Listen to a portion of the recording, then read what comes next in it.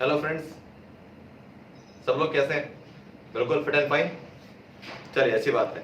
तो बच्चे, आज की क्लास में कुछ बहुत इंपॉर्टेंट डिस्कस करने वाले हैं। और क्या डिस्कस करने वाले हैं, क्योंकि आज की क्लास जो होगी वो शुरुआत होगी एक अलग यूनिट की, जिसको हम बोलते हैं काइनेमेटिक्स।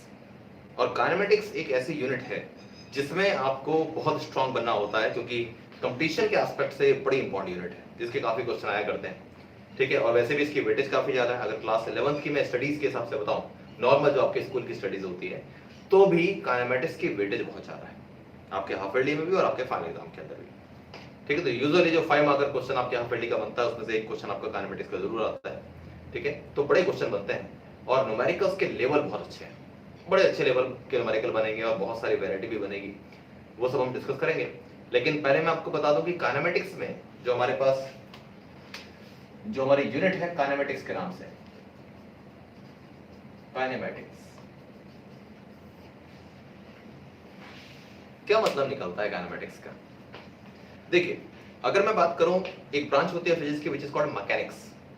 तो मैकेनिक्स में हमारे पास अलग अलग चीजें होती हैं, उसमें स्टैटिक्स आती है, काइनेमेटिक्स होती है, एक होती है डायनामिक्स। स्टैटिक्स का मतलब होता है स्टैटिक्स स्टैटिक्स का मतलब होता है कोई ऑब्जेक्ट अगर रेस्ट पोजीशन पे हो तो उसके जो जो फीचर्स होंगे, उसके बारे में जो भी इंफॉर्मेशन मिलेगी, वो हम स्टैटिक्स के अंदर पढ़ते हैं। ध्यान रखिएगा, दो डिफरेंट चीजें होती हैं, एक होती है स्टैटिक्स और एक होती है स्टैटिस्टिक्स। स्टैटिक्स जो है इसका मतलब फिजिक्स और मैथ दोनों से है, और स्टैटिस्टिक्स वो है जिसमें आप मीन मीडियन मोड पढ़ा करते थे। मीन मीडियन मोड आप मैथ्स में पढ़ा करते थे। दोनों चीजें अलग अलग है, नाम कुछ मिलता जुलता है लेकिन चीजें अलग है। ठीक है, तो ये तो हमारे पास हो गया स्टैटिक्स। एक होता है हमारे पास काइनेमेटिक्स और एक होता है डायनामिक्स। फिर एक काइनेमेटिक्स है और एक है डायनामिक्स। स्टैटिक्स का मतलब ये हो गया कि ऑब्जेक्ट रेस्ट पर होगा तो उसके साथ हमको कैसे डील करना है वो बात करनी है। काइनेमेटिक्स का मतलब होता है ऑब्जेक्ट मूव करेगा। काइना का मतलब क्या होता है, काइनी का मतलब क्या होता है, मोशन। जैसे हम बोलते हैं काइनेटिक एनर्जी, तो मोशन से डील करेगी। लेकिन ये भी मोशन से डील करेगी और ये भी डायनामिक्स। डायनामिक्स का मतलब भी होता है मूवमेंट, ये भी मोशन से डील करेगा और ये रेस्ट से। तो फिर इन दोनों में डिफरेंस हुआ क्या? इन दोनों में डिफरेंस ये हो गया कि काइनेमेटिक्स जो होता है वो मोशन से डील करता है, irrespective of the cause of motion. किस वजह से मोशन शुरू हुआ था उसके बारे में कोई जिक्र नहीं होगा। कोई ऑब्जेक्ट मूव कर रहा है लेकिन उसको मूव कराने वाला कौन है उसके बारे में कोई जिक्र नहीं होगा। ये काइनेमेटिक्स है। लेकिन अगर आपको ऑब्जेक्ट की पास्ट कंडीशन भी पता लगे, किस तरीके से उसके पहले कॉज क्या था, मोशन का कॉज क्या था, अब क्या हो रहा है, किस तरीके से मोशन आगे बढ़ेगा, तो डायनामिक्स में आता है। तो ध्यान रखिएगा, ये तीन डिफरेंट चीजें हैं। मैकेनिक्स का ये पार्ट है, लेकिन जिसके अंदर हम स्पेशली पढ़ रहे हैं काइनेमेटिक्स। ठीक है बेटा, इसमें आपका चैप्टर नंबर 3 और चैप्टर नंबर 4 आएगा, motion in straight line and motion in plane. ये दो चैप्टर जो आपके हैं, chapter number 3 and chapter number 4 of NCERT, वो दोनों इस यूनिट के अंदर आते हैं। ठीक है, तो चैप्टर नंबर 3 जो है मोशन इन स्ट्रेट लाइन, उसको समझने के लिए, मोशन स्ट्रेट लाइन को समझने के लिए आपको कुछ न्यूमेरिकल्स करने के लिए कुछ मैथमेटिक्स की जरूरत पड़ती है। और वो जिस मैथमेटिक्स की आपको जरूरत पड़ती है उसके बारे में आज हम डिस्कस करने वाले हैं। तो बेसिकली आज हम फिजिक्स के अंदर यूज होने वाली उस मैथमेटिक्स को यूज करेंगे जो कि स्पेशली आपके चैप्टर नंबर 3 में बहुत काम आएगी। ठीक है बेटा, तो बहुत ढंग से सुनिएगा, चीजें बहुत अलग होंगी, नई होंगी, क्योंकि आपने नॉर्मली मैथ्स में भी नहीं पढ़ा होता इसके बारे में अब तक। मैथ्स में पढ़ेंगे, ये आएगा मैथ्स में जरूर, लेकिन इससे पहले कि आप मैथ्स में पढ़ें आप उसको फिजिक्स में पढ़ लेते हैं। इसलिए फिजिक्स में सबसे पहले उस मैथ्स को पढ़ाया जाता है जो एक्चुअली मैथमेटिक्स का पार्ट है क्लास 11th की। तो चीज बिल्कुल नई होगी, डिफिकल्ट नहीं होगी, लेकिन ऑब्वियसली नई चीज होती है तो एक बार ध्यान से जरूर सुनना होता है। ठीक है बेटा, तो चलिए देखते हैं।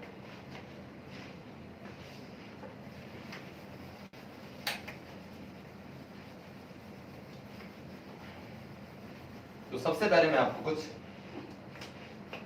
मैथमेटिकल टूल्स बता दूं। मैथमेटिकल टूल्स जो हमको जरूरत पड़ेगी इस चैप्टर के अंदर, इसमें बेटा हम जो आज सीख रहे हैं वो है कैलकुलस मेथड। कैलकुलस मेथड, कुछ फॉर्मूले मैं आपको सिखाऊंगा, कुछ चीजें मैं आपको बताऊंगा, उसको ढंग से याद करेगा। In calculus method we have two things, differentiation and second is integration। एक डिफरेंशिएशन होता है और एक इंटीग्रेशन होता है। बेसिकली कैलकुलस जो है वो मैथमेटिक्स की ब्रांच है, ठीक है। कैलकुलस ब्रांच ऑफ मैथमेटिक्स जिसके अंदर हम डिफरेंशिएशन और इंटीग्रेशन पढ़ते हैं। अब ये डिफरेंशिएशन इंटीग्रेशन होता क्या है, किस तरीके से इसको सॉल्व करना है, कैसे फॉर्मूले यूज करते हैं। देखिए आपने सुना होगा मैथमेटिकल ऑपरेटर्स। मैथमेटिकल ऑपरेटर्स का मतलब प्लस माइनस मल्टीप्लिकेशन डिवीजन, ठीक है, ये सारे मैथमेटिकल ऑपरेटर्स होते हैं। कुछ और चीजें होती हैं जो इसको थोड़ा और आगे ले जाते हैं, जैसे लॉगरिथम होता है, ठीक है, ऐसे डिफरेंशिएशन होता है, इंटीग्रेशन होता है। ये आपको ये बताएंगे किसी चीज को किस तरीके से सॉल्व किया जाता है, ठीक है। तो जो मैं आपको बता रहा हूं वो रूल्स आपको याद रखने हैं और फिर हम प्रैक्टिस करेंगे कि उसको अप्लाई कैसे करना है। तो आज की क्लास में हमें कुछ सीखना है, कुछ नया सीखना है, ठीक है। देखिए ढंग से, तो कैलकुलस मेथड में दो चीजें हैं, डिफरेंशिएशन और इंटीग्रेशन। इसमें डिफरेंशिएशन को पहले हम पढ़ रहे हैं।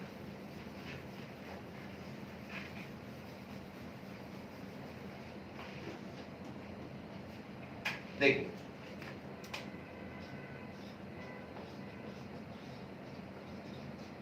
डिफरेंशिएशन, इसमें कुछ रूल्स बता रहा हूं, वो रूल्स आपको याद रखने हैं।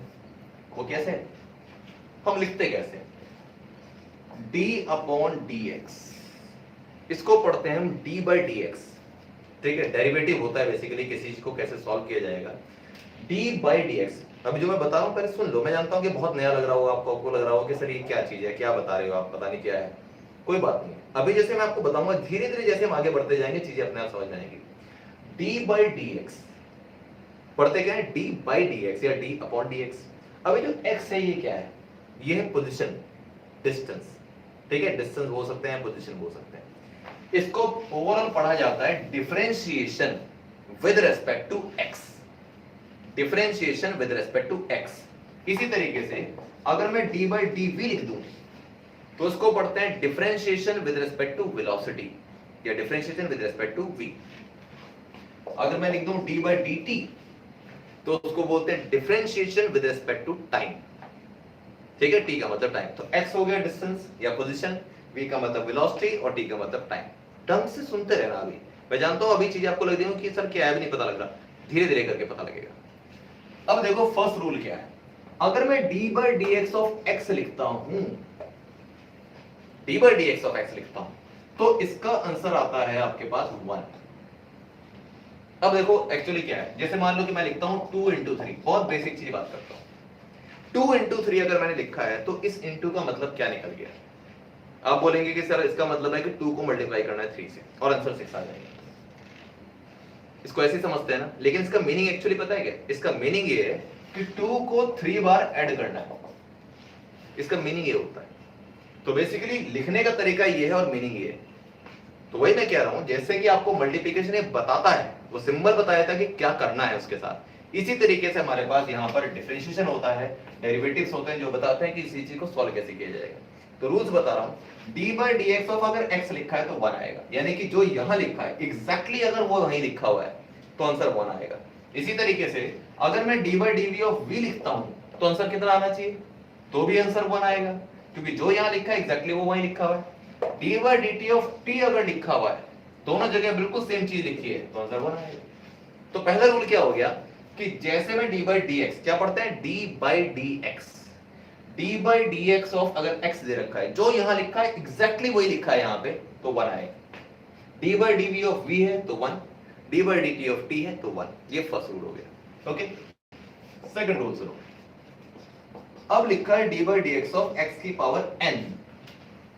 अब x ना हो के उसकी कुछ पावर दे रखी है, तो इसका फॉर्मूला होता है nx की पावर n माइनस 1। यानी कि याद करने का तरीका क्या है, जो यहां पावर लिखी है वो फ्रंट में आ जाएगी और यहां पे पावर एक कम हो जाएगी, nx की पावर n माइनस 1। एग्जांपल लेके बताता हूं, अगर बेटा लिखा है d by dx of x की पावर 6 तो इसका आंसर क्या आएगा, इसका आंसर आएगा 6 तो आगे आ जाएगा, फिर x की पावर 6 माइनस 1 यानी कि 6x की पावर 5। दोबारा देख लो, अगर x की पावर n होता है तो जो पावर होती है वो आगे जाती है और ऊपर एक पावर माइनस हो जाती है।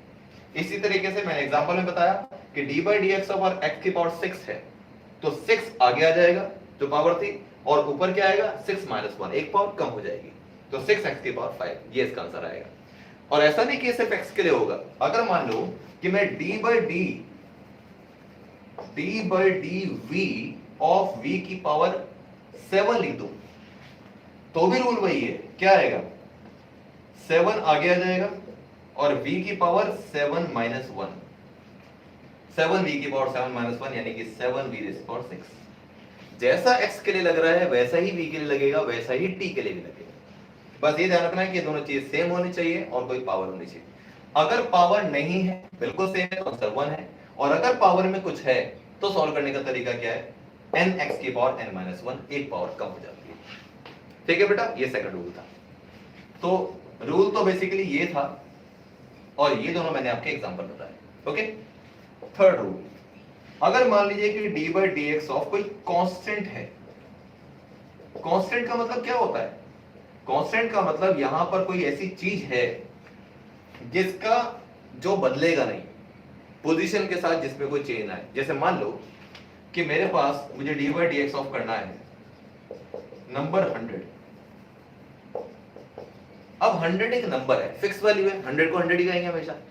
अगर मान लो कि एक 100 नंबर है और मैं उस 100 नंबर को इधर से इधर शिफ्ट कर दूं तो रहेगा तो 100 ही नंबर ना, उसका पोजीशन से तो कोई मतलब है ही नहीं। जितने मैथमेटिकल नंबर होते हैं फिक्स होते हैं। तो जो भी अगर यहाँ कोई कांस्टेंट चीज आ जाएगी, किसी कांस्टेंट चीज का अगर आप डिफरेंशिएशन करेंगे तो उसका आंसर आता है 0। यानी कि D by D x of constant अगर हो तो भी 0, d by d v of constant हो तो भी 0, d by D T of constant हो तब भी 0। अब चलिए मैं आपको एक चीज बताता हूं कि एक ऐसी वैल्यू लेता हूं जिसकी वैल्यू हमेशा सेम रहती है, ठीक है, और उसका डिफरेंशिएशन देखते हैं। जैसे कि D by D T of मैं लिखता हूं pi, D by D T of pi, pi पता है ना 3.14 या 22/7। तो D by D T of अगर पाई में लिखता हूं, D by D T of pi अगर मैं लिखता हूं तो क्योंकि ये कांस्टेंट वैल्यू है, टाइम के साथ पाई की वैल्यू नहीं बदलती है, तो 0 आएगा आंसर। तो अगर आप डिफरेंशिएशन किसी कांस्टेंट चीज का कर रहे हैं तो आंसर हमेशा 0 आएगा। ठीक है, ये थर्ड रूल हुआ। तो अब तक मैंने आपको 3 रूल बताए। फर्स्ट रूल क्या था, जो नीचे लिखा है एग्जैक्टली वही ऊपर लिखा है तो आंसर 1 आएगा। फिर चाहे dx d by D x of x करें तो भी 1 आएगा, d by d v of v करें तब भी 1 आएगा, d by D T of t करें तब भी 1 आएगा। सेकंड रूल, सेकंड रूल में क्या था कि आपके पास जो नीचे लिखा है एग्जैक्टली वही लिखा है, x यहाँ है x वहां भी है, पावर में n दे रखा है, तो क्या आएगा nx की पावर n माइनस 1। जो यहाँ पावर होती है वो आगे आ जाती है और ऊपर वाली पावर एक कम हो जाती है। एग्जांपल में मैंने आपको बताया था कि अगर मैं d by D x of x की पावर 6 करता हूं तो 6 आगे आ गया और x की पावर 6 माइनस 1। ठीक है बेटा, ओके। अब बात करते हैं थर्ड क्या था, d by D x of मैं कोई कांस्टेंट नंबर करता हूं जो x के ऊपर डिपेंड ही नहीं करता, फिक्स वैल्यू है, तो आंसर 0 आता है। फिर चाहे मैं d by D x of constant कर दूं तब भी 0 आएगा, d by d v of constant कर दूं तब भी 0 आएगा, d by D T of constant कर दूं तब भी 0 आएगा, इज इक्वल टू 0। तो पहले मैं चाहूंगा कि ये रूल आप नोट जरूर कर लें, क्योंकि जो हम आज क्वेश्चन करने वाले हैं ना उनके लिए आपको ये रूल याद होने चाहिए। तो पहला रूल मैंने आपको, रूल कैसे आपको नोट करने हैं, आप ये नोट कर लें, ये तीनों जिसमें मैं बॉक्स बना रहा हूं उनको आप नोट कर लें, ये नोट कर लें, फिर एक ये नोट कर लें और एक ये नोट कर लें। ये रूल हुए आपके पास, उसको फटाफट से आप जरा नोट कर लें, फिर मैं इसको रब करूंगा ताकि, क्योंकि क्वेश्चन जो आज मैं कराऊंगा, ठीक है, सिंपल क्वेश्चन होंगे डिफरेंशिएशन सीखने के लिए, वो हम दोनों साथ मिलकर करेंगे। तो इसलिए आपके पास रूल लिखे होने चाहिए, तब आप उसको रिलेट कर पाएंगे। ठीक है,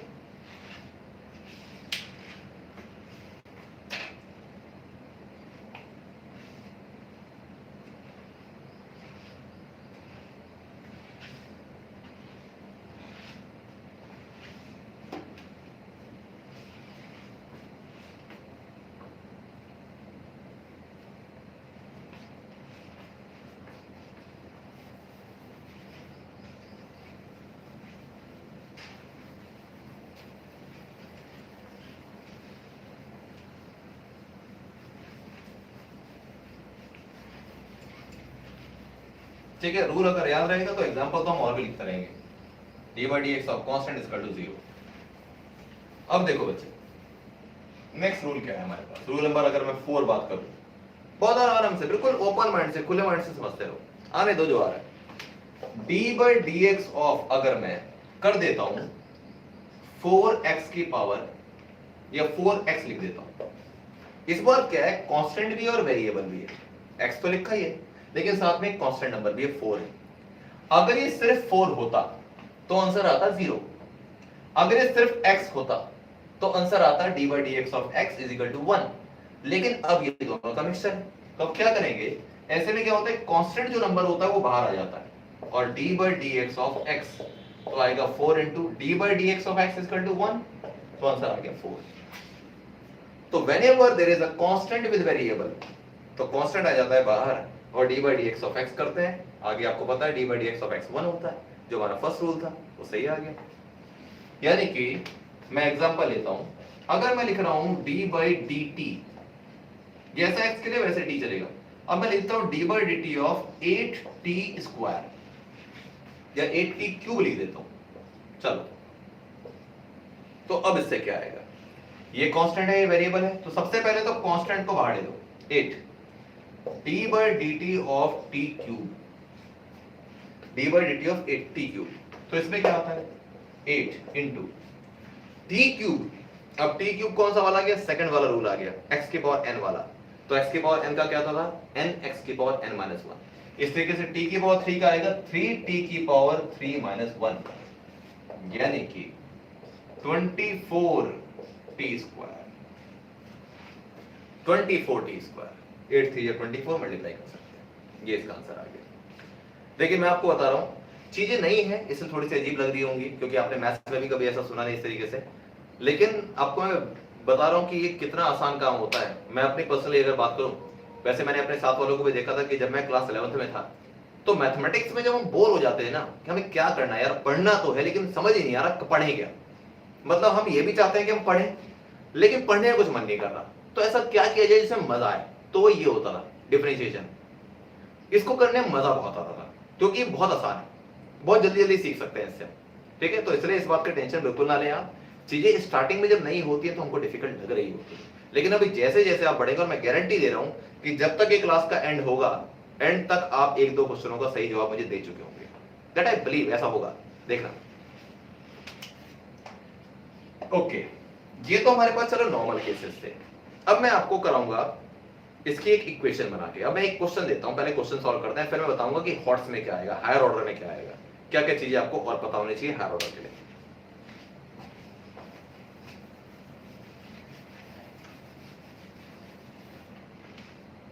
मेरे पास एक इक्वेशन है 7t cube plus 3t square plus 2t plus 4, ये एक इक्वेशन थी 7t cube plus 3t square plus 2t plus 4, और मुझे क्या करना है, मुझे इसका डिफरेंशिएशन करना है, d by dt करना है।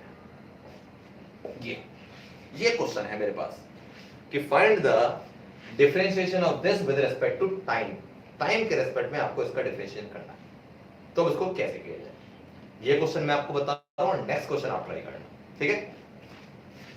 तो सबसे पहले मैं करूंगा d by dt ऑफ, सबको ओपन कर लो, सेपरेट कर लो पहले, 7t cube plus d by dt of 3t square plus d by dt of 2t plus d by dt of 4, ठीक है। अब देखो अब क्या है, कैसे सॉल्व करें इसको। सबसे पहले मैं इसको देखता हूं, ये कांस्टेंट है और ये वेरिएबल है, तो कांस्टेंट बाहर आ जाएगा 7 d by dt of t cube plus 3 constant था, बाहर आ जाएगा 3 d by dt of t square plus 2 constant था, बाहर आ जाएगा 2 d by dt of t plus सिर्फ कांस्टेंट है, साथ में कोई वेरिएबल नहीं है, ओनली कांस्टेंट। तो मैं फिलहाल इसको ऐसे लिख रहा हूं, बाद में इसकी वैल्यू पुट करूंगा, इसको आप बाहर नहीं लेंगे क्योंकि इसके साथ में कोई वेरिएबल नहीं है, t नहीं लिखा है इसके साथ, तो ये टर्म बाकी सबसे अलग है, क्योंकि बाकी सब में t आ रहा है लेकिन इसमें t नहीं है, तो इसमें से आप कुछ बाहर नहीं ले सकते, ठीक है। अब देखो बच्चे 7 t क्यूब का डिफरेंशिएशन कितना होगा, 3 t की पावर 3 minus 1 nx की पावर n minus 1 वाला formula plus 3 d by dt of t square कितना आएगा, 2 आगे आ जाएगा, 2t की power 2 minus 1 plus 2 d by dt of t कितना होता है, नीचे जो लिखा है सेम ऊपर लिखा है, तो 1 आएगा answer, plus d by dt of constant, सिर्फ कांस्टेंट नंबर है तो 0। जितने रूल मैंने आपको बताए वो सारे लग गए। अब देखो 7 3 जा 21, t की पावर 3 minus 1 2 हो गया, प्लस 3 2 जा 6, टी की पावर 2 माइनस 1 तो पावर 1 आ गई, प्लस 2 इंटू 1 2, आगे तो 0 था छोड़ दो, तो कितना आ गया फाइनली? फाइनली आपके पास आंसर ये था 21 T square plus 6 T, T की पावर 1 भी ना लिखे 60 भी लिख सकते हो, प्लस 2 खत्म, ये डिफरेंशियल था। बड़ा ही इजी है, जो रूल थे वो इस तरीके से आप लगाए। स्टार्टिंग में एक दो क्वेश्चन में प्रॉब्लम हो सकती है आपको, लेकिन मैं श्योर कह रहा हूं 2 या 3 क्वेश्चन करते ही साथ आपको सारे आ जाएंगे। हो सकता है फर्स्ट क्वेश्चन ही हो जाए, पॉसिबल, ठीक है। ये क्वेश्चन बेटा समझ में आया, देख लो एक बार ढंग से, फिर एक नेक्स्ट क्वेश्चन मैं आपके लिए दे रहा हूं, उसको आप ट्राई करिए, फिर मैं उसका आंसर सॉल्व करूंगा और मैच करते हैं अपना आंसर, ठीक है। अभी पता लगे,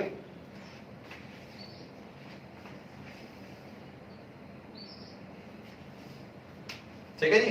देखिए अब नेक्स्ट क्वेश्चन, चलो अब मैं क्वेश्चन बता देता हूं, आप इसका आंसर ट्राई करिए। D by D T of 8t cube plus 9t square plus 10t plus 20, ये था, ट्राई करिए।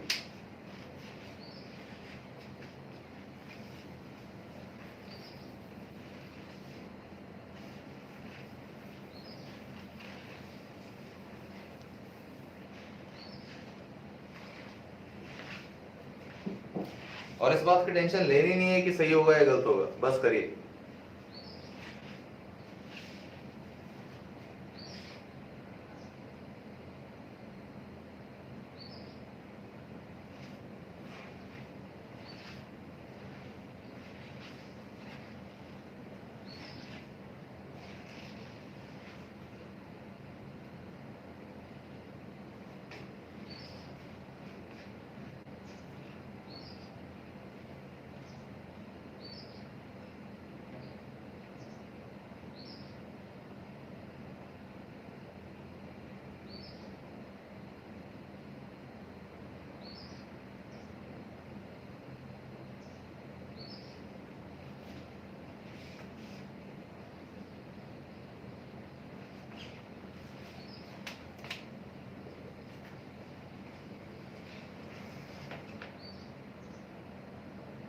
हाँ जी, हो गया।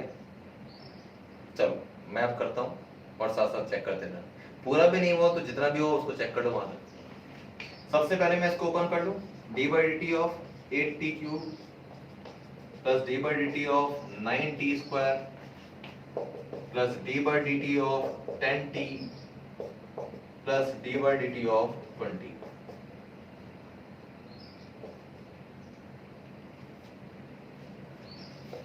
अब 8 बाहर, D by D T of T cube plus 9 बाहर, D by D T of T square plus 10 बाहर, D by D T of T plus यहां से कुछ बाहर नहीं आएगा क्योंकि साथ में आपके पास कोई टी नहीं है, सिर्फ 20, तो कांस्टेंट बाहर आ गए। अब इसके बाद 8 टी क्यूब को क्या लिखेंगे 3t स्क्वायर, 3t की पावर 3 माइनस 1, मैं एक चलिए लिख देता हूँ 3 माइनस 1 प्लस 9 टी स्क्वायर को क्या लिखेंगे 2t की पावर 2 माइनस 1 एन एस की power n minus 1 plus 10 into D by D T of T 1 plus constant का डिफरेंशिएशन 0, तो 24t 3 minus 1 is 2, 24t square plus 9 2 जा 18 t की पावर 2 माइनस 1 यानी कि t की पावर 1, उसको सिर्फ t लिख सकते हैं, प्लस 10 इंटू 1 इज 10, 0 को लिखने की जरूरत नहीं है, ये आपका आंसर है, करेक्ट। तो बस आपको मैच करना है अपना आंसर, और ये बहुत इजी है, बहुत इंटरेस्टिंग है। और मैं आपको बताऊं कितनी कमाल की बात बताऊं, इन क्वेश्चंस को ना ओरली किया जा सकता है। ओरली का मतलब ये है कि जब आपकी प्रैक्टिस अच्छी हो जाती है तो उसको डायरेक्ट देख के मैं बता सकता हूं। देखो 8 3 जा 24 आएगा और t की पावर 2, तो 24t स्क्वायर, 9 2 जा 20, 9 2 जा 18, 18t की पावर 1, फिर 10 इंटू 1 इज 10 प्लस 0, ओरली हो जाता है। तो जब प्रैक्टिस आपकी हो जाएगी तो आपको इतना स्टेप नहीं करने पड़ेंगे, पहली लाइन में आंसर आ जाएगा, ठीक है। इतने मजेदार है। तो चलिए ये तो डिफरेंशिएशन के बेसिक ये हो गए। अब मैं आपको कुछ और चीजों के डिफरेंशिएशन के फॉर्मूले बता देता हूं, ये आपके कॉम्पिटिटिव एग्जामिनेशन में भी काम आएंगे और कुछ हायर ऑर्डर क्वेश्चन में भी काम आएंगे, छोटे छोटे बस फॉर्मूले याद रखने।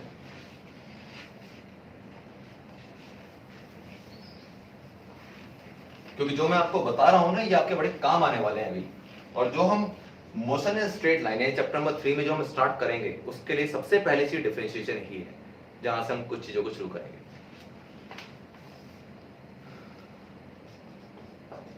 अगर व्हाट्स की बात करूं तो D by D x of sine x, ये भी x है तो ये भी x है। अगर साइन के बाद ये भी वही लिखा है जो यहां लिखा है तो इसका डिफरेंशियल होता है cos x। जैसे sin थीटा cos थीटा होता है, ट्रिग्नोमेट्रिक फंक्शन पढ़ रखे हैं आपने क्लास 10 के अंदर, वही बस ये फॉर्मूले याद रखने। अगर मैं D by D x of cos x करता हूं तो आंसर आता है माइनस का sin x, माइनस आ जाएगा cos का sin, मतलब sin का cos होता है लेकिन cos से माइनस का sin आता है। D by D x of अगर मैं लिखता हूं 10x तो आता है sec स्क्वायर x। इसी की तरीके से अगर मैं d by D x of cot x लिखता हूं तो आता है माइनस का cosec स्क्वायर x। ये सारे ट्रिग्नोमेट्रिक फंक्शन आपने पढ़ रखे हैं। tan से sec आता है और cot से माइनस का cosec स्क्वायर x आता है। अब इसका मतलब क्या है? इसका मतलब ये हुआ बेटा कि अगर यहाँ पे मैंने x लिखा है तो यहाँ x होना चाहिए। अगर यहाँ पे मैं t लिख दूं ना x की जगह तो यहाँ पे t होना चाहिए, तब ये रूल डायरेक्ट लगेगा। t हो गया तो d by D T of sine t करेंगे तो आएगा cos t, x को t से रिप्लेस कर दो तो चीजें बिल्कुल सेम। ठीक है, तो ये फॉर्मूले आपको एक तो ये याद रखना है। इसके अलावा क्या है? इसके अलावा d by D x of अगर मैं log x करता हूं, ये एक नया फंक्शन है, लॉगरिथम बोलते हैं इसको। आपकी जो केमिस्ट्री की रिफ्रेशर बुक होगी या शायद केमिस्ट्री की आपकी एनसीईआरटी होगी, उसको जब पलटेंगे ना तो सबसे एंड में आपको लॉग टेबल मिलेगी। लॉग टेबल या एंटी लॉग की केमिस्ट्री में ज्यादा जरूरत पड़ता है लॉग का, तो वहां लॉग टेबल दे रखी होती है। उसमें ये होता है कि भाई लॉग में इतना है तो उसकी वैल्यू कितनी होगी। बेसिकली लॉगरिथम एक ऑपरेटर ही होता है। ठीक है, उसको भी आप मैथ में ही पढ़ेंगे डिटेल में। फिलहाल छोटे सी चीजों से हमारा काम चल सकता है, जो मैं आपको बता रहा हूं उतना ही मैं आपको बताऊंगा जितना बेसिक है। ध्यान रखिए, मैं मैथमेटिक्स में आपको और भी चीजें बता सकता हूं। मैं ये भी बता सकता हूं कि इनको और किस तरीके से चेंज किया जा सकता है और क्या क्या चीजें हैं, लेकिन मैं आपको सिर्फ वो बताना चाहूंगा जो आपको तकलीफ ज्यादा ना दे, क्योंकि मैं आपको मैथ्स नहीं पढ़ा रहा हूं, मैं आपको फिजिक्स पढ़ा रहा हूं। और जितना मैथमेटिक्स आपकी फिजिक्स में लगेगी उतनी चीजों में मैं आपकी प्रॉब्लम नहीं आने दूंगा। ठीक है बेटा, क्योंकि ध्यान रखिए टारगेट दो होते हैं। एक तो टारगेट ये होता है कि मैं ये दिखाऊं कि मुझे क्या आता है, और एक टारगेट ये होता है कि मेरी एफिशिएंसी तब है जब मेरे सामने बैठा बच्चा जो है ना वो उसे 100% समझ सके। और तो ध्यान रखिए, किसी टीचर की एफिशिएंसी इस बात से नहीं होती कि उसकी नॉलेज कितनी है, उसकी एफिशिएंसी इस बात से होती है कि वो बच्चे को कितना समझा पाता है, तब वो अच्छा टीचर है। नॉलेज अच्छा होना तो एक अच्छा स्टूडेंट भी हो सकता है, लेकिन अगर टीचर समझा पा रहा है ना, अगर अच्छा समझा पा रहा है, सामने वाले बच्चे को ढंग से समझ में आ रहा है, तो वो एक अच्छा टीचर है। There is a difference between a good student and a good teacher. Good student अपने लिए अच्छा है, उसे बहुत आता है, लेकिन सामने वाले को कुछ नहीं समझा सकता। लेकिन जो अच्छा टीचर होता है उसे जितना भी आता है उसका वो 99% कोशिश करता है कि बच्चे को आ जाए। 100% की गारंटी कभी नहीं होती, लेकिन मैक्सिमम समझा सके। तो मेरी कोशिश ये होगी कि मैं आपको जो पढ़ाऊंगा आपको पूरा समझ में आए। ठीक है, ज्यादा हाईफाई बताने के चक्कर में सारी चीजें ऊपर से निकलेंगी, कोई फायदा नहीं है।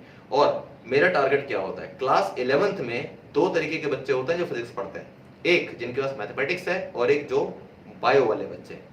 बायो वाले बच्चे का क्योंकि मैथमेटिकल बैकग्राउंड इतना स्ट्रांग नहीं होगा क्लास 11th के अंदर, इसलिए मैं उतना ही सिखाऊंगा जितना बायो वाला इजीली डाइजेस्ट कर पाएगा और जितने से उसका बढ़िया काम चलेगा। हाईफाई मैथमेटिक्स नहीं बताऊंगा, नहीं तो बायो वाले को दिक्कत होगी बहुत। फायदा क्या है, उसको मैथ्स पढ़नी ही नहीं है, उसको सिर्फ उतनी मैथमेटिक्स से काम है जितना उसका फिजिक्स में काम आएगा।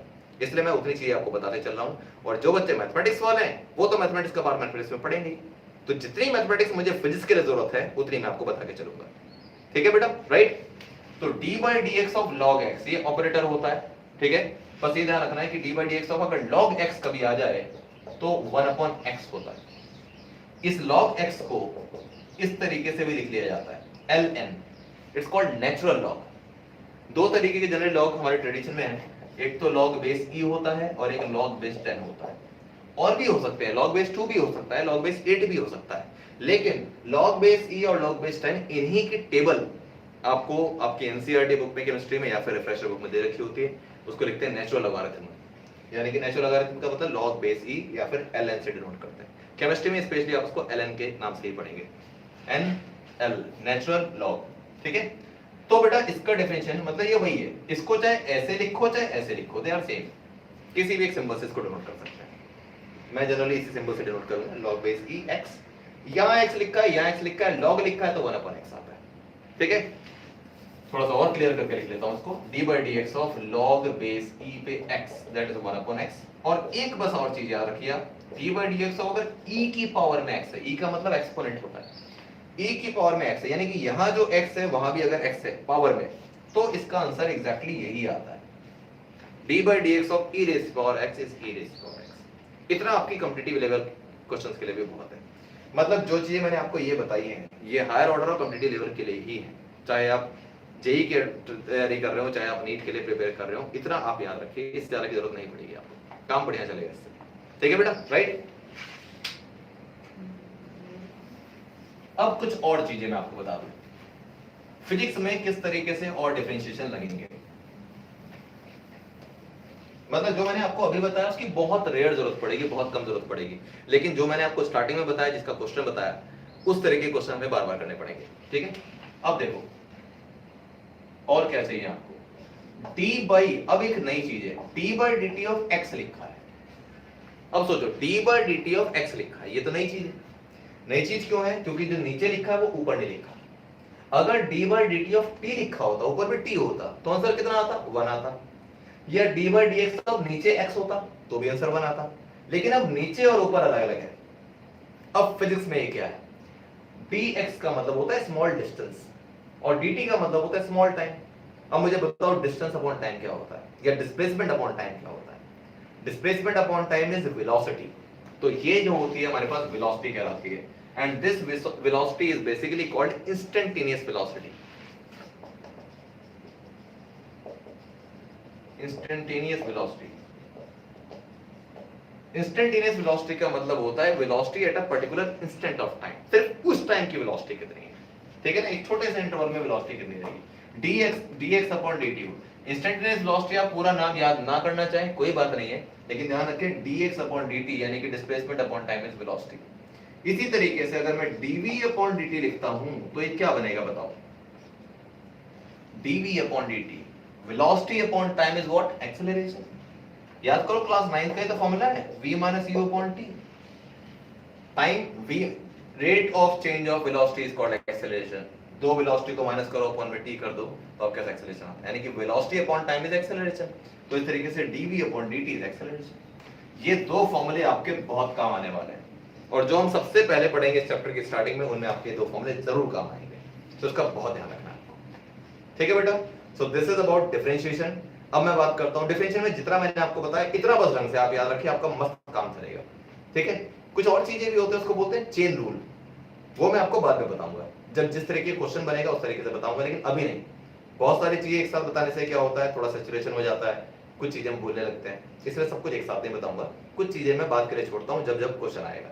ठीक है, अब बात करते हैं इंटीग्रेशन में क्या है, क्योंकि डिफरेंशिएशन इंटीग्रेशन को साथ सीखना जरूरी है, तो साथ साथ चीजें याद होती चलती हैं, और जो हम क्वेश्चन करेंगे वहां पर दोनों ही चीजें यूज होंगी, जो हम डेरिवेशन करेंगे वहां पे दोनों चीजें यूज होंगी, इंटीग्रेशन भी और डिफरेंशिएशन भी।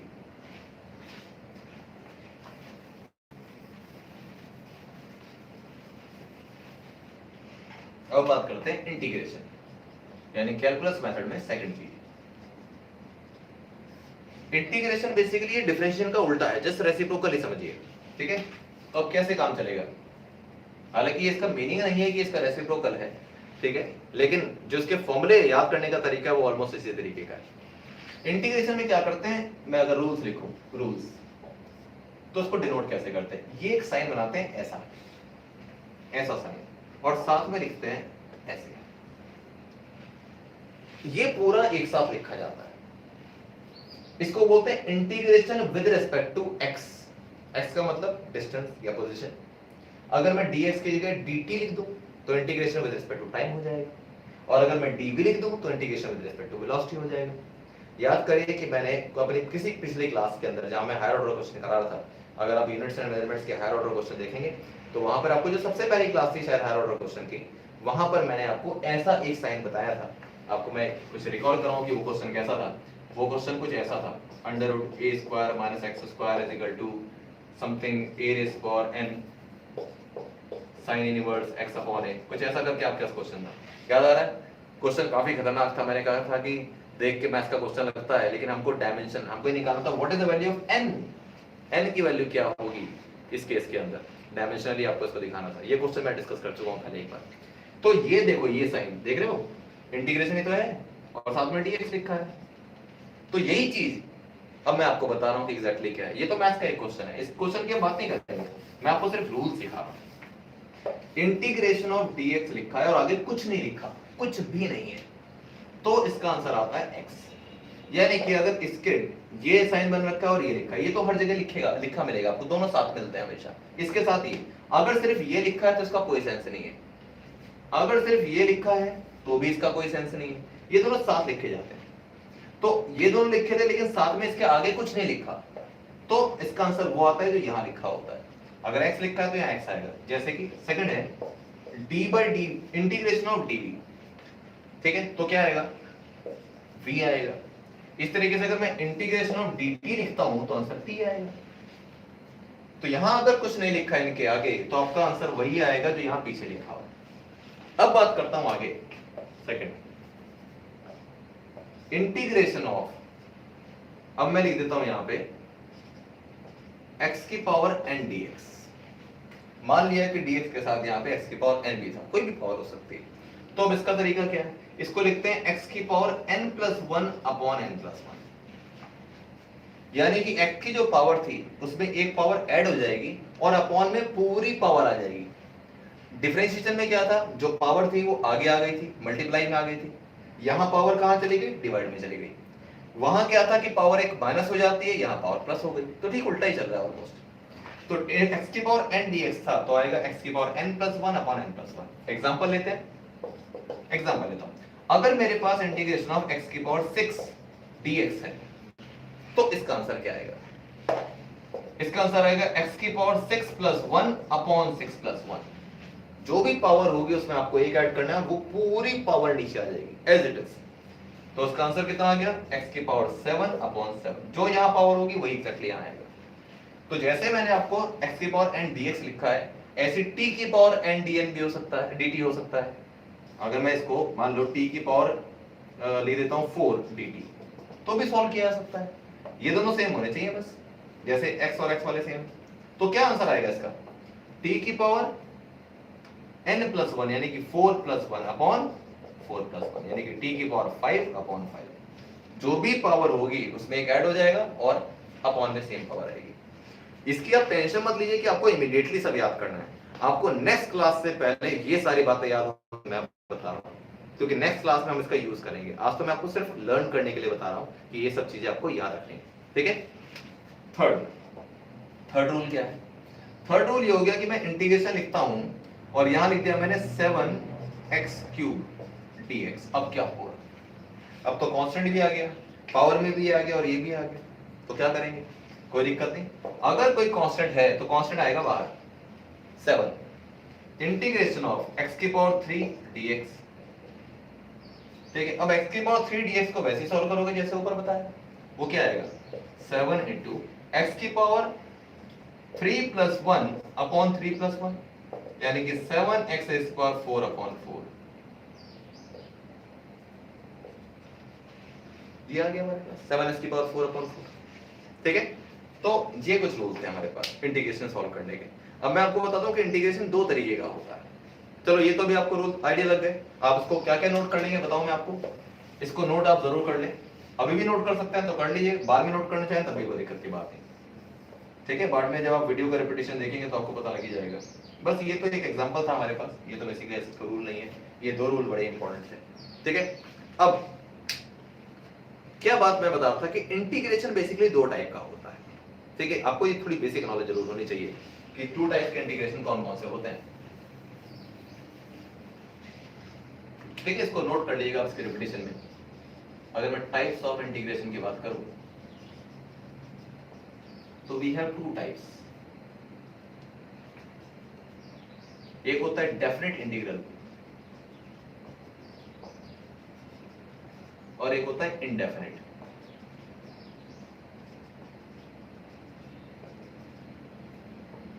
Definite integral and indefinite integral. अब ये डेफिनेट और इनडेफिनेट क्या होता है, कोई टेंशन की बात नहीं है, बस ढंग से सुनते रहो।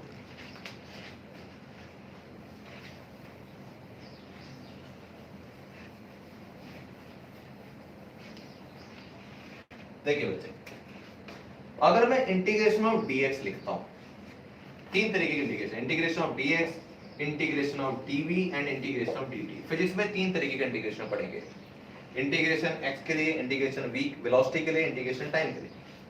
तो इसमें लिमिट क्या रखी जाती है? एक होता है लिमिट, कहां से कहां तक करना है। जैसे मान लीजिए कि मैं आपसे पूछता हूं कि आपसे पूछा एक आपको एक टीचर ने होमवर्क दिया और बोला कि बेटा इस होमवर्क को आप कंप्लीट कर लेना, ठीक है? तो आप क्या पूछेंगे? मैम होमवर्क कहां से कहां तक है, ये तो बताना पड़ेगा ना। Page number this to page number this, ये लिमिट हो गई कि आपको स्टार्ट कहां से करना है और एंड कहां से करना है। इसी तरीके से मान लो कि आपको एक टास्क देते हैं कि आपको कितने टाइम में होमवर्क कंप्लीट करना है, तो वो भी टाइम आपको दे दिया कि मान लीजिए आपको टेस्ट दिया। सबसे बढ़िया टेस्ट का आपको एग्जांपल बताता हूं कि आपको एक टेस्ट दे दिया और आपको टारगेट क्या दिया कि आपको टेस्ट 8 o'clock शुरू करना है और 9 o'clock खत्म करना है। तो ये लिमिट हो गई, 8 o'clock से पहले टेस्ट नहीं शुरू कर सकते और 9 o'clock के बाद नहीं डिपॉजिट कर सकते, सबमिट कर सकते। तो इसका मतलब 8 to 9 जो हो गया लिमिट हो गया। तो जब किसी में ऐसी कंडीशन हो जाती है कि कहां से शुरू कहां से खत्म करना है, तो उसको हम बोलते हैं डेफिनेट इंटीग्रल, यानी कि इंटीग्रेशन की एक फिक्स लिमिट हो गई कि आप कहां से कहां तक उसको सॉल्व करेंगे। तो जैसे मैं बता रहा हूं कि dx था हमारे पास डिस्टेंस 0 से लेकर x तक, जब पीछे dx लिखा होगा तो आप दो चीज लिख सकते हैं, तो 0 से x लिख सकते हैं या फिर x नॉट टू x लिख सकते हैं। अब ये जो x नॉट है, 0 का मतलब नॉट है, यहाँ पे x नॉट का मतलब ये होता है distance travelled when time is 0। जब टाइम 0 था तो ऑब्जेक्ट उस टाइम कितना चल चुका था पहले से। मैं और बताऊंगा इसके बारे में डिस्क्राइब करके कि इसका मतलब और क्या निकलता है, लेकिन फिलहाल ध्यान रखिए कि जब भी पीछे dx लिखा होगा तो आप नीचे x नॉट और ऊपर x इसकी लिमिट लिखेंगे, यानी कि यहां से शुरू होता है और यहां खत्म होता है। जैसे कि यहां से आपको ये बात समझ में आएगी, वेलोसिटी क्लास 9th में आपने दो तरीके की वेलोसिटी पढ़ी है, initial velocity and final velocity. Initial velocity is denoted by symbol u and final velocity is denoted by symbol v। तो अगर मैं बोलता हूं कि वेलोसिटी कहां से कहां तक है, तो आप बोलेंगे वेलोसिटी u टू v है, initial u to final v। तो ये हमारे पास हो गया u to v, initial velocity u to final velocity. इसी तरीके से अगर मैं टाइम की बात करूं तो टाइम 0 से शुरू होता है और किसी t टाइम तक वो जाता है, 0 से शुरू होकर t टाइम तक। ये ध्यान रखना है जब भी पीछे dx लिखा हो तो आपको ये उसकी लिमिट लगानी है, x नॉट से x ही लिखना है। जब पीछे dv लिखा हो तो u टू v ही लिखना है जब तक इनकी कोई वैल्यू ना दे रखी हो, और dt अगर है तो 0 से t। ये तीन चीजें आपको याद रखनी है। नेक्स्ट क्लास में मैं आपको बताऊंगा इसका यूज कैसे आएगा, लेकिन आपको याद रखना है कि dx लिखा होता है तो x नॉट से x लिखना होता है, dv लिखा होता है तो u टू v लिखना होता है, और dt लिखा होता है तो 0 से t लिखना होता है। ठीक है, इसको बोलते हैं हम डेफिनेट इंटीग्रल।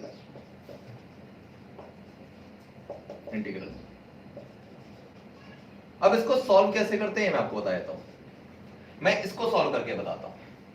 आपको पता है कि अगर मैं इसको अभी ना लगाऊं फिलहाल तो इसका आंसर क्या आता है, इंटीग्रेशन ऑफ dv। यहां कुछ नहीं लिखा तो आंसर क्या आता है, v आता है। ये हमने सबसे पहले रूल पढ़ा था।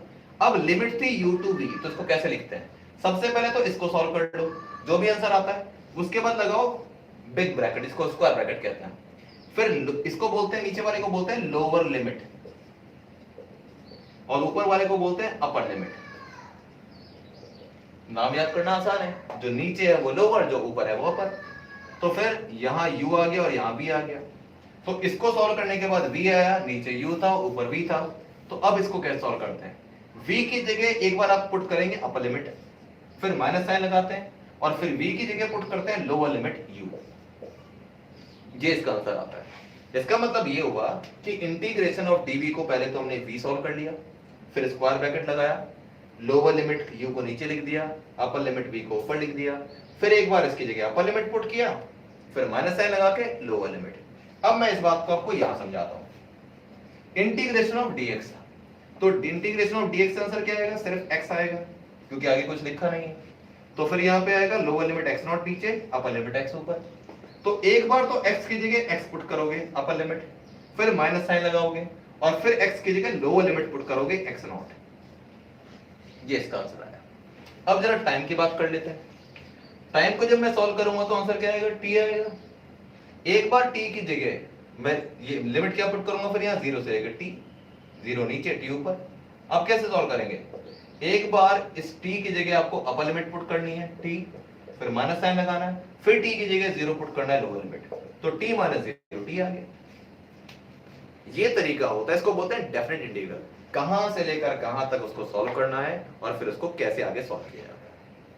दूसरा होता है इंडेफिनेट इंटीग्रल। उसमें और इसमें सिर्फ क्या अंतर है, बस ये मैं आपको लास्ट बता दूं आज, फिर मैं हायर ऑर्डर आपको नेक्स्ट क्लास में बताऊंगा। इसके लिए ये था हमारे पास इंडेफिनेट इंटीग्रल। इंडेफिनेट इंटीग्रल में क्या होता है कि इंटीग्रेशन ऑफ मैं डीएक्स कर रहा हूं, इंटीग्रेशन ऑफ डीएक्स, इसका आंसर क्या आएगा। यहां देखो लिमिट नहीं रखूंगा, जैसे यहां पे लिमिट रखी थी ना हमने x0 से x, u to v, 0 से t, यहां पर कोई लिमिट नहीं होती, इसलिए उसका नाम है इंडेफिनेट। इंडेफिनेट का मतलब जो फिक्स ही ना हो, डेफिनेट का मतलब फिक्स्ड होता है यहां से लेकर यहां तक, इंडेफिनेट का मतलब कोई फिक्स क्राइटेरिया नहीं है कहां से कहां तक होगा। तो ऐसे में हम लिमिट नहीं रखते हैं, तो इंटीग्रेशन ऑफ dx जब करोगे तो आंसर तो x ही आएगा, जैसे इंटीग्रेशन ऑफ dx से x आंसर आया था, लेकिन कोई लिमिट नहीं रखते हैं और लगाते हैं plus c। c is called integration constant, integration constant. तो बस मैं आपको ये बताना चाहूंगा बेटा कि जो ऊपर वाला मैंने बताया आपको डेफिनेट इंटीग्रल, यही आपके 99% क्वेश्चन कराएगा, सिर्फ 1% क्वेश्चन में आपको इसकी जरूरत पड़ सकती है।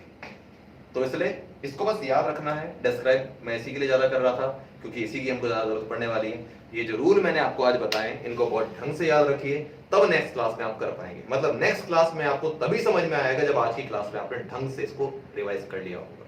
तो लिख लिख के सारे रूल याद करिएगा, किस केस में क्या होता है। ठीक है बेटा, आप चाहे तो उसके एक्स्ट्रा क्वेश्चन मैं आपको दे सकता हूं ताकि आप उसको सॉल्व कर लें और प्रैक्टिस कर लें, वो मैं आपको दूंगा भी, ताकि आपको क्वेश्चन पता लगे और उसका आंसर पता लगे, खुद से आप उसको ट्राई करिएगा।